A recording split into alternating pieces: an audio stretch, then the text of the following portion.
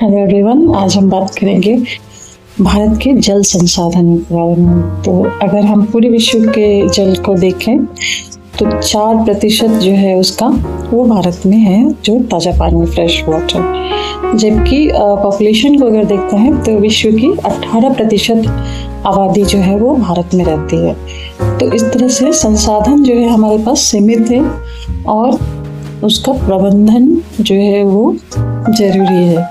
पूरे भारत में जो है वाटर का डिस्ट्रीब्यूशन जो है वो इवन नहीं है, सम नहीं है, बराबर नहीं है। तो इसकी वजह से क्या होता है, कहीं पर पानी बहुत ज़्यादा है और कहीं पर कम है, कहीं पे सूखा पड़ता है, कहीं पे डेजर्ट है, रेगिस्तान है। तो ऐसी चुनौतियों से निपटने के लिए जो है बहुत तरह के समाधान अपनाए जाते हैं। अगर हम ताज़ा पानी जो फ्रेश वाटर है उसकी बात करते हैं तो 2 तरह से भारत में उसके सोर्सेस हैं।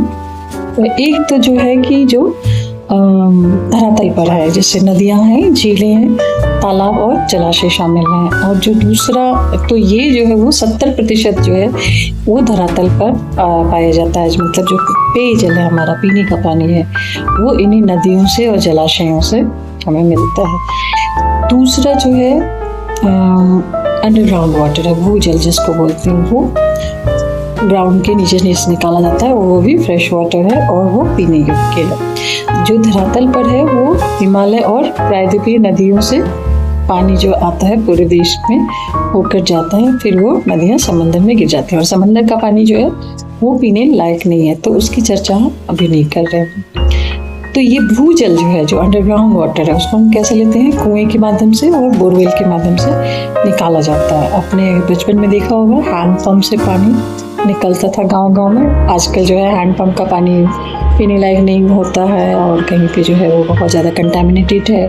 तो इसकी वजह से वो जो है एक सोर्स धीरे धीरे कम हो जाता है और एक्सप्लॉयटेशन बहुत ज़्यादा होता है। स्पेशली अगर हम फैक्ट्रीज वगैरह के लिए बोरवेल का यूज़ कर रहे हैं तो वो पानी जो है ख़राब हो जाता है और बाद में वो पानी फिर से अगर धरती के नीचे जाता है तो उसका जो नेचुरल फिल्ट्रेशन है वो काफ़ी टाइम लेता है। तो और जहाँ पे स्पेशली बारिश नहीं होती है या सूखा एरिया है, वहाँ पर अगर बोरवेल है तो वो जो है वाटर लेवल को और ज़्यादा नीचे करता जाएगा। अब ये दोनों जो सतह पर हैं, धरातल के ऊपर जो पाए जाते हैं फ्रेश वाटर सोर्सेज और जो अंडरग्राउंड वाटर, दोनों के लिए जो है उसका रिप्लेनिशमेंट जो है वो कैसे होता है, वर्षा की वजह से।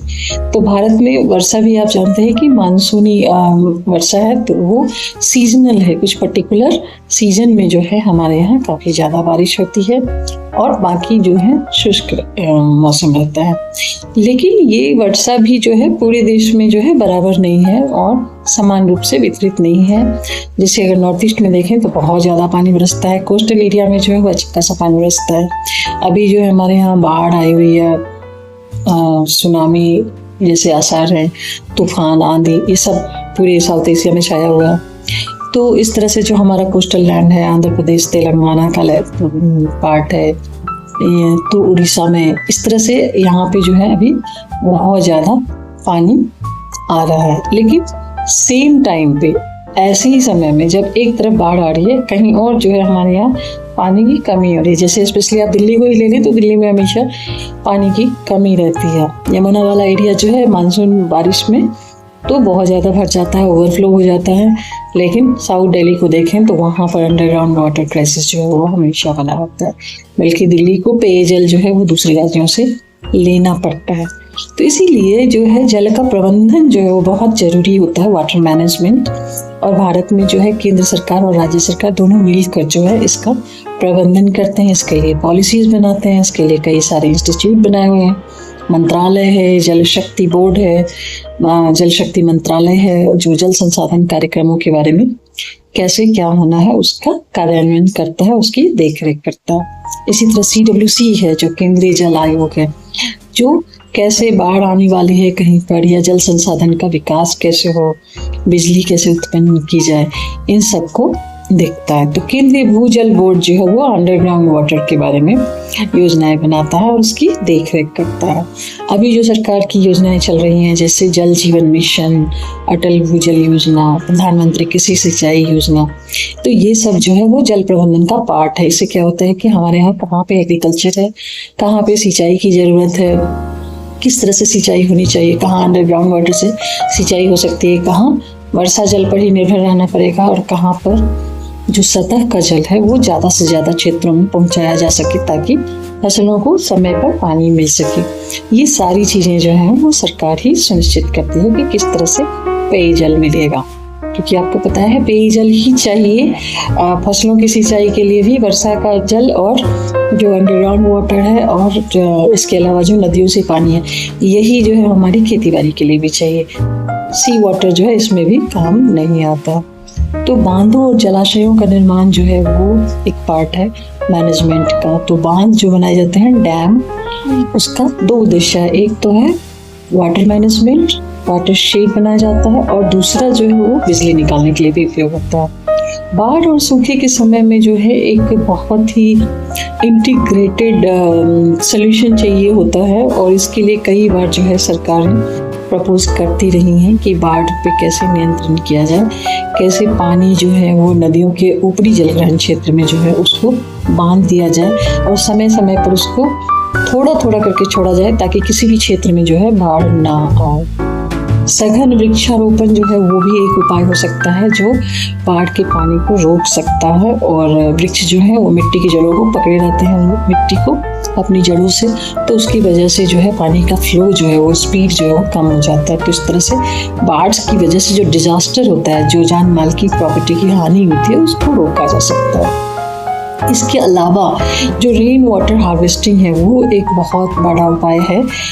वाटर हार्वेस्टिंग जो जल प्रबंधन का, इससे क्या होता है कि जिस मौसम में आपके पास पानी की कमी है उस मौसम के लिए अत्यधिक बारिश के समय में आप पानी को संचित कर सकते हैं, संग्रहित कर सकते हैं, स्टोर कर सकते हैं और उसको फिर बाद में यूज़ कर सकते हैं। सिंचाई की आधुनिक जो विधियां हैं वो भी निकाली गई हैं कि जिससे कम पानी में ज़्यादा फसलें उगाई जा सके, और पानी जो मिट्टी में पहले से मौजूद है, जिसको नमी बोलेंगे मिट्टी की, उसको संरक्षित करने के लिए भी एग्रीकल्चरल मेथड्स अपनाए जाते हैं।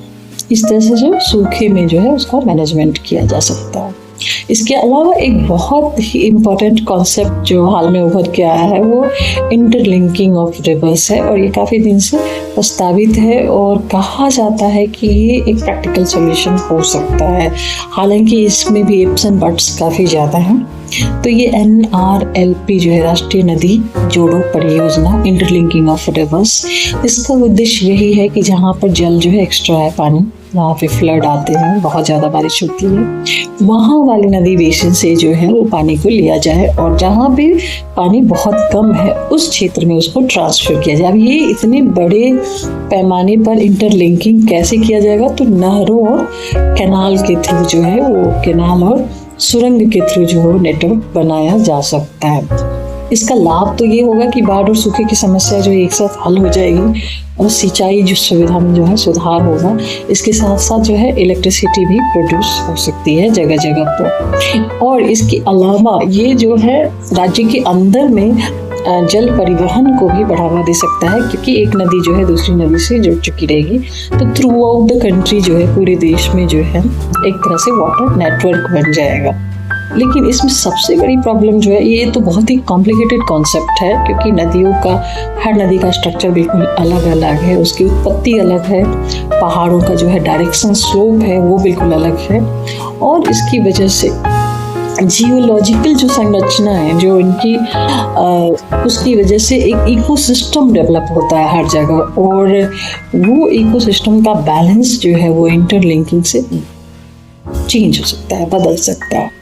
इसके अलावा जो पॉलिटिकल रीजंस हैं, राजनीतिक कारण जो है कि राज्यों के बीच जो है जल बंटवारे का मुद्दा हमेशा होता है। जो राज्य जो है जल प्रवाह के ऊपरी क्षेत्र में है वो अपने राज्य में जल आपूर्ति के लिए जल को रोकना चाहता है, और दूसरे राज्य को तभी देना चाहता है, पानी तभी छोड़ना चाहता है जब उसकी अपनी नीड्स जो है वो पूरी हो गई हों। तो इसकी वजह से कई राज्यों में जो है आपस में झगड़ा चलता रहता है, जैसे कि कावेरी, कृष्णा, गोदावरी, इस सब रिवर के बारे में हमेशा जो है बहसें चलती रहती है, सरकारों के बीच में मुद्दे बनते रहते हैं।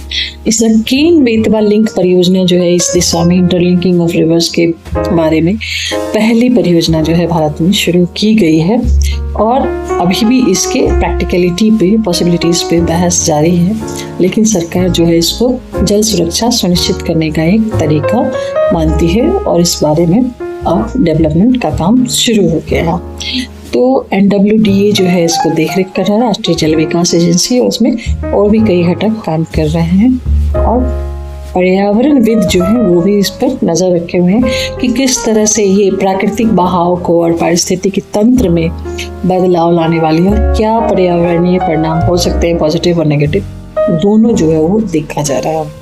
बांधों और नहरों के लिए भी जो है वो जंगलों का थोड़ा सा उनको हटाना पड़ेगा, क्योंकि वो जो नेचुरल वे है उसमें फॉरेस्ट काफ़ी ज़्यादा हो, तो इससे डिफॉरेस्टेशन होगा और इससे वन्य जीवों के हैबिटेट जो है वो नष्ट हो जाएंगे, उनका आवास खत्म हो जाएगा। इसलिए केन बेतवा परियोजना में अगर हम देखते हैं तो पन्ना टाइगर रिजर्व जो है इसका पार्ट है वो डूब सकता है। तो नदियों का जो प्राकृतिक प्रवाह बदलते हैं तो उससे जलीय जीवन पे भी फर्क पड़ेगा और समुद्री पारिस्थितिकी तंत्र पे भी प्रभाव पड़ सकता है, पानी की सैलिनिटी पे भी प्रभाव पड़ सकता है, क्योंकि एक नदी जो है वो अल्टीमेटली अंततोगत्वा वो समंदर में गिरती है। तो अगर हम नदी को इंटरलिंकिंग करते हैं तो उसका जो नेचुरल बहाव है समंदर की तरफ वो चेंज होगा, पानी के फ्लो के लेवल में चेंज होगा, डेल्टा क्षेत्रों में जो है उनका गाद जो है डिपोजिशन जो होता है, अवसाद जो छोड़ती हैं नदियाँ वो चेंज हो जाएगा और पानी की सैलिनिटी जो है, लवणता जो है उस पर प्रभाव पड़ेगा।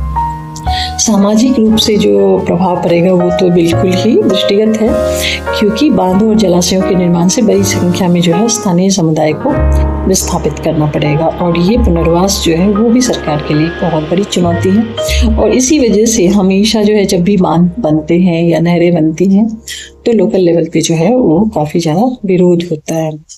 तकनीकी जो चैलेंजेस हैं, टेक्निकल चैलेंजेस, वो है कि इंटरलिंकिंग ऑफ रिवर जो है वो काफ़ी कॉस्ट इंटेंसिव प्रोजेक्ट है और 2001 में इसमें 5.6 लाख करोड़ जो है केन बेतवा पर खर्च करने का अनुमान लगाया गया था, लेकिन अब लगता है कि इसमें काफ़ी ज़्यादा इंफ्रास्ट्रक्चर लगेगा और ज़्यादा इसमें खर्च हो सकता है। अंतर्राज्यीय और अंतर्राष्ट्रीय जल विवाद जो है वो तो ऑलरेडी दृष्टिगोचर है, क्योंकि जैसे हम नेपाल से कोसी परियोजना है जो हमारी है, तो उस तरह से कोसी परियोजना में बांध बनाया गया तो कुछ क्षेत्र जो है वो हमारे डूबने से बच गए। नेपाल का काठमांडू जो है वो बच गया, लेकिन उसकी वजह से बिहार के जो उत्तरी बिहार का कई क्षेत्र जो है वो डूब जाता है पानी में, हर साल डूबता है, हर साल वहाँ पे बाढ़ होती है।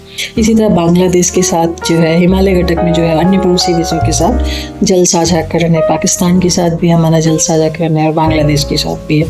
तो कृषि पर प्रभाव जो है वो भी बहुत ज़्यादा मैटर करता है। तो इंटरलिंकिंग ऑफ रिवर से जो है वो कई आसपास की जो ज़मीन है ना वो जो है वो मार्शीलैंड हो सकता है। तो खाद्य फसल जो है, खाद्यान्न, वो जो है वहाँ पर नहीं हो पाएगा और मार्शीलैंड में फिर नए प्लांट्स उगने शुरू हो जाएंगे। इसके अलावा जलवायु परिवर्तन की बात हो सकती है और वो लॉन्ग टर्म में देखा जा सकता है, क्योंकि इंटरलिंकिंग ऑफ रिवर में के बाद क्या होगा कि पानी उस जगह जाएगा जहाँ पहले नहीं जाता था और उस जगह से कम होना शुरू हो जाएगा जहाँ वो पहले से जा रहा है। तो सैद्धांतिक रूप से तो बहुत ही अच्छा लगता है कि बाढ़ और सूखे की समस्या का समाधान होगा, लेकिन इसके जो शॉर्ट टर्म इफेक्ट है और जो लॉन्ग टर्म इम्पैक्ट है पर्यावरण पर, सामाजिक और आर्थिक चुनौतियाँ हैं, उसको देखने की आवश्यकता बहुत ज़्यादा। वीडियो कैसा लगा जरूर बताइएगा। Thank you.